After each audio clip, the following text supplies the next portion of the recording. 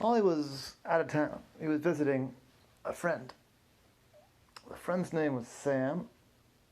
And Sam and her partner, Mikhail, lived in York, Pennsylvania. And they had 2 young kids. One of the kids was like a little older than 2 years old and was just learning to talk. The other kid was 6 years old and could talk up a storm. They were a fun family to visit.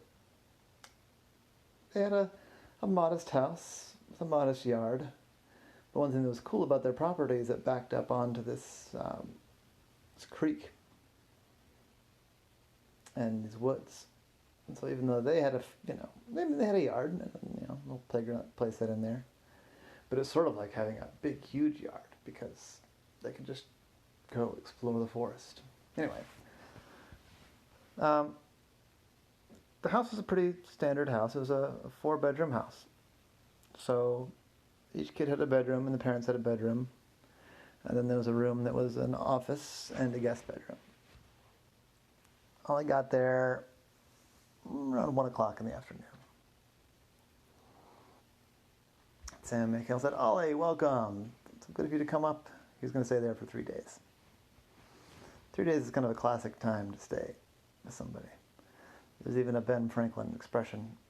It said, "Fish and house guests are both good for about 3 days." It's better in the version that's written down. What?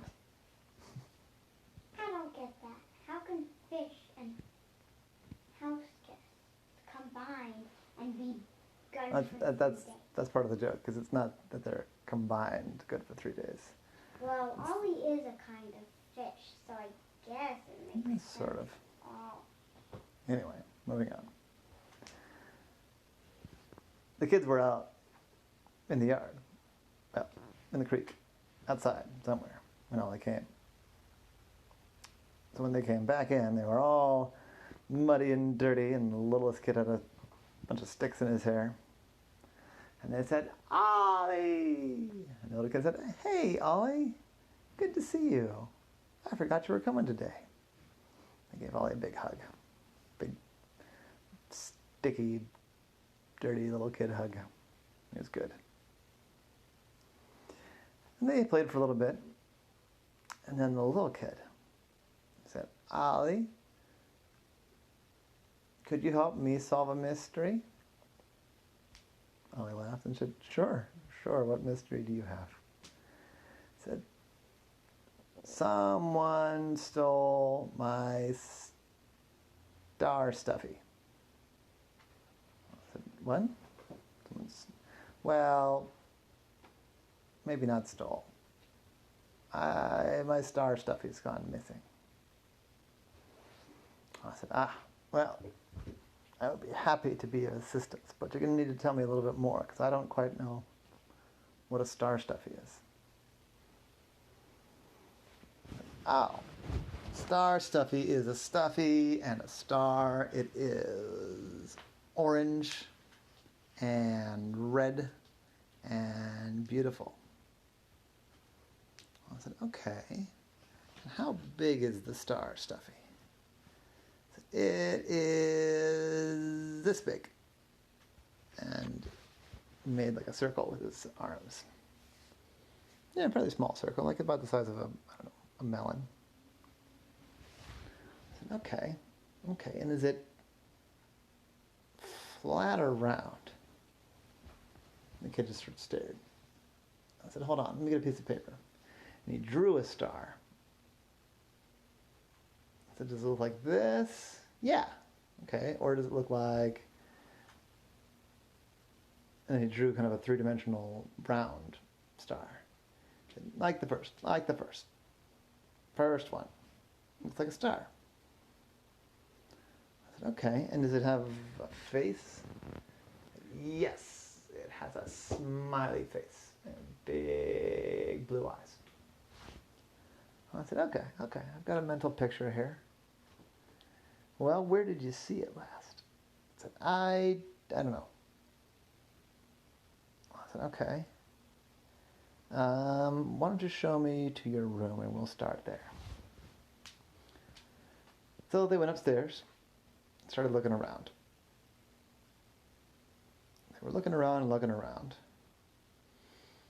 Well, I noticed that there's a big kid bed. And there's even like a desk with some homework and stuff on it. And I said, hey, are we in your room or in your older sister's room? We're in Sissy's room. I said, oh, I thought we were going to start in your room. I think Sissy stole it. I said, ah. Does Sissy know we're in her room? Don't know.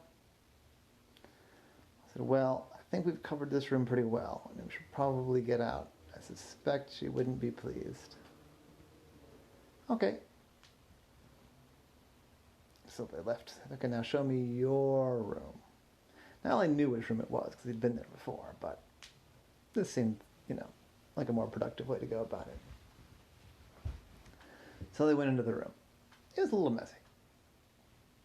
There weren't a lot of stuffed animals everywhere, but there were clothes and towels and pillows kind of everywhere, and art supplies. Mostly construction paper, and poof balls, and some pipe cleaners, and some old dried up glue sticks. Fair amount of stuff. I said, well, I'm surprised you can find anything in this room. It's a bit of chaos. I said, I don't like cleaning up. I said, okay. Well, that's not my problem to solve. So, where have you looked? I've looked everywhere. I've searched high and low. I said, all right. Not sure where you learned that expression, but let me take a look around. So I started off looking under things, even though the kids said high and low. Hard to say. Looked under the bed and under the dresser. They looked up high, climbed up on the door frame, and looked around there. I didn't see it. And then I hopped up on the bed. So we noticed something, that there was kind of a lump. So they reached over and he pulled back the covers. You found him! You found him! Yay! Star Stuffie, Star Stuffie, Star Stuffie. I said, okay, good. Glad to see that worked out. Then he noticed something while he was up there. On the top of the bookcase, there was an apple. Now, Ollie knew that one of the rules in this house was that the kids were not allowed to take food into their bedrooms. So he started to pick it up. Just then, the older sister walked by and said, were you guys in my room? Ollie said, oh, yeah, sorry, I didn't realize. We got the wrong room. My fault. Okay, but hey. She walked right over and grabbed the apple. That's my apple. I said, oh, well, there you go. I'm glad you found it then. How do you know? I said, I remember biting it. I said, okay. So you were in your little brother's room? I said, well, yeah. I never said I wasn't. And she left with a smirk. And that is the case of Ollie, and the star, and the Stuffie, and the owl.